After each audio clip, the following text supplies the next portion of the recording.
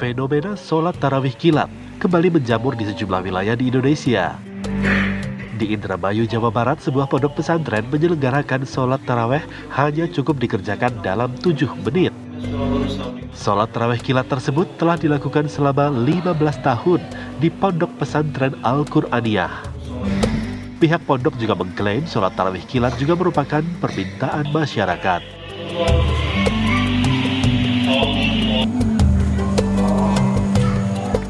Di Jombang, Jawa Timur juga terjadi fenomena sholat tarawih kilat.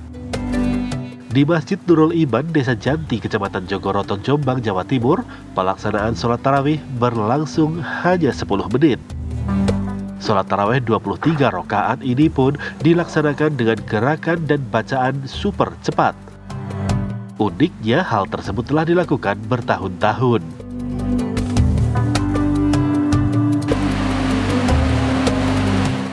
Jika di Indramayu dan Jombang sholat tarawih dilakukan dengan super kilat, berbeda yang terjadi di Magetan, Jawa Timur.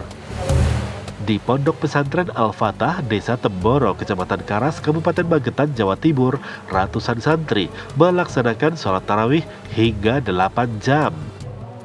Hal tersebut disebabkan bacaan sholat tarawih merupakan bacaan 30 juz Al-Quran. Sholat tarawih dengan bacaan 30 juz Al-Quran ini sudah dilakukan sejak 12 tahun silam oleh para santri di dalam lingkungan pondok pesantren. Pelaksanaannya pun tidak hanya dilakukan oleh satu kelompok jemaah, namun kini jemaahnya semakin bertambah dari 10 kelompok jemaah menjadi 12 kelompok jemaah. Tim TV One mengabarkan.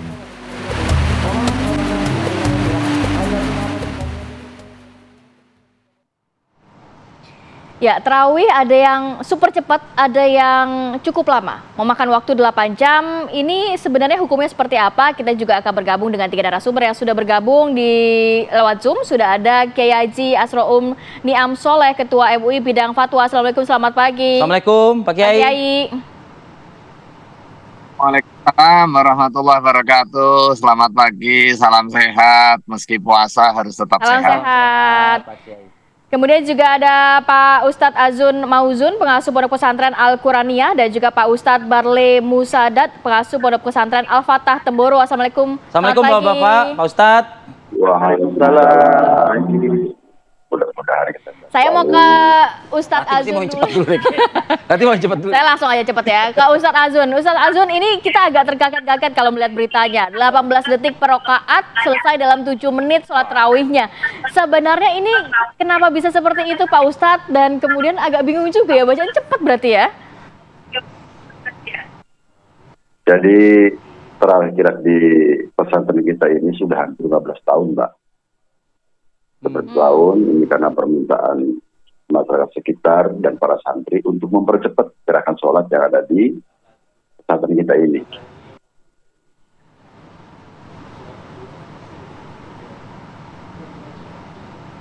Ya Pak Azun, itu bacaannya itu cukup bisa didengar dengan jelas nggak oleh jamaah Pak Azun?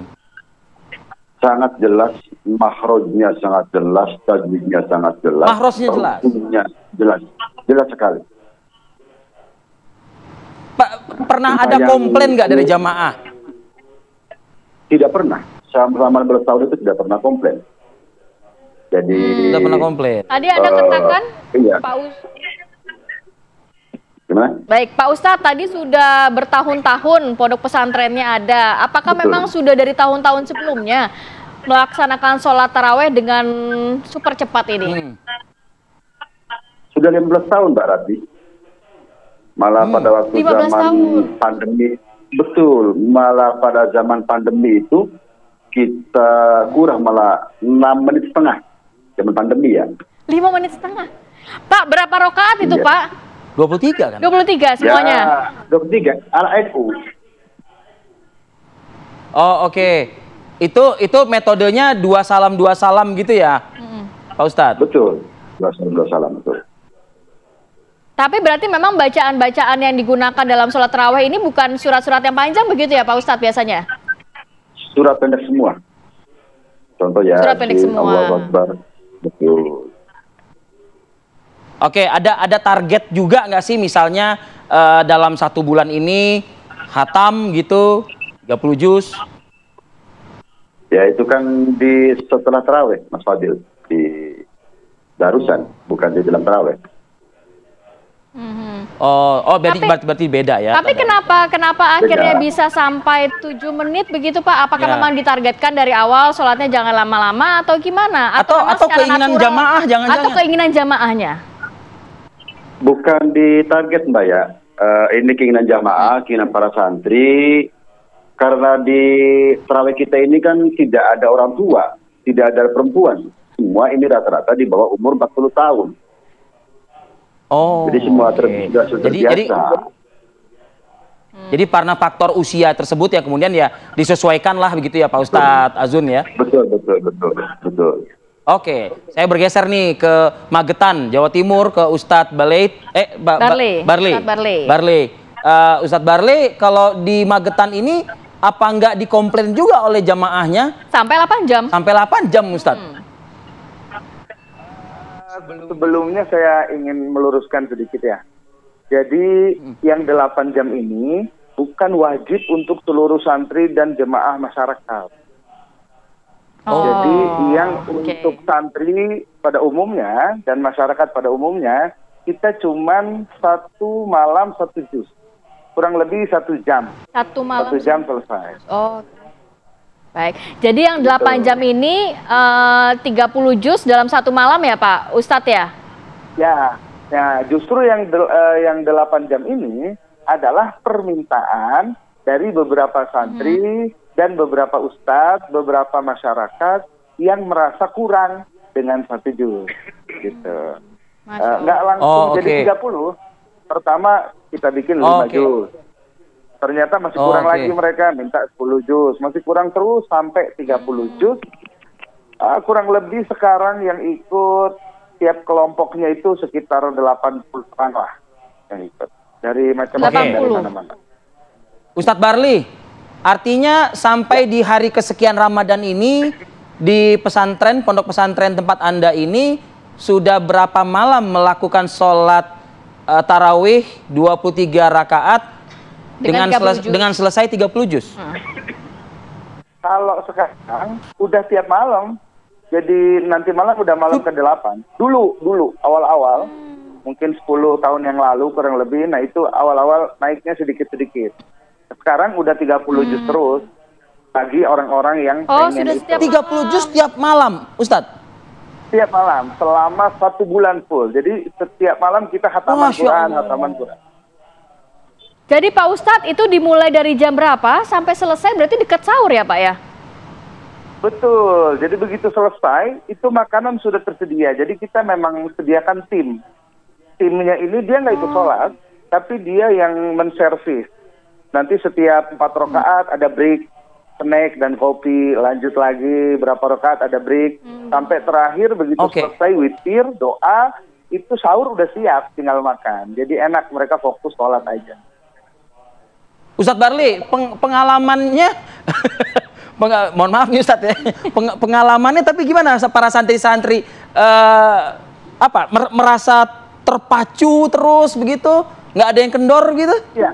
Tuh Ustadz Barley juga ketawa loh. Ada namanya manusia, ada yang capek ya. Tapi secara umum itu selalu semangat. Malah anehnya yang lebih semangat itu yang dari masyarakat luas. Gitu. Oh boleh ya ikut ya? Katanya sampai dari luar daerah dan luar negeri ya Pak Ustadz ya? Iya. Untuk umum. Sementara yang tahun ini kita ada dari Sri Lanka 2 pasang suami istri, kemudian dari Malaysia 2 orang laki-laki. Oke nih kita coba mungkin melibatkan Majelis Ulama Indonesia dalam hal ini mungkin bidang fatwa nih ya, Pak Kiai Asronun Niam. Pak Kiai, menyikapi adanya fenomena ini nih Pak Kiai.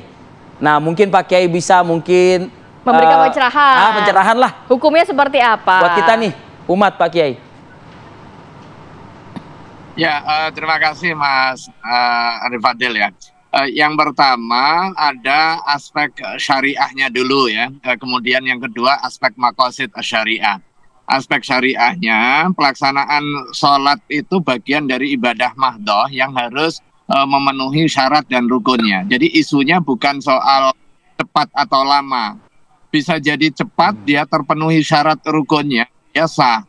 Atau sebaliknya, dia lama tetapi tidak terpenuhi syarat rukunnya, dia tidak sah. Artinya memang secara syar'i, isu soal lama atau cepat itu tidak begitu relevan ketika membincangkan soal aktivitas ibadah mahdhah ini. Cuma memang kalau terlalu lama atau terlalu cepat ini bisa kehilangan dari roh disyariatkannya pelaksanaan ibadah ini.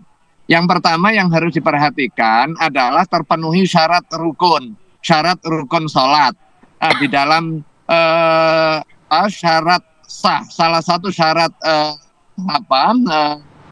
yang harus diperhatikan di dalam aktivitas itu adalah soal terpenuhinya seluruh requirement atau lawazim dari pelaksanaan sholat. Jadi di situ ada syaratnya, di situ ada rukunnya. Nah, rukunnya salah satunya adalah pergerakan dilakukan secara tumak ninah. Tumak ninah itu apa indikasinya? Yaitu ketenangan dalam situasi gerakan, ada jeda yang menunjukkan keterpisahan. Misalnya ketika ruku dengan iktidal itu ada keterpisahan. Ruku jelas, sujud jelas, duduk di antara dua sujud jelas, juga ada keterpisahan. Nah, ini yang harus tercapai. Kemudian rukun yang terkait dengan bacaan. Bacaan Fatihah harus dilakukan secara sempurna. Kemudian kalau toh membaca surah itu tidak menjadi rukun, tetapi sempurna, dalam hal ini sunnah. Bisa surat utuh pendek, bisa salah satu ayat di antara ayat Al-Quran. Tetapi ayat pun juga harus yang tidak terpotong maknanya. Misalnya gini, wailul lil musallin, titik itu kan satu ayat, tapi artinya apa? Celakalah orang yang sholat, jadi harus disempurnakan. Nah, ini isu yang pertama.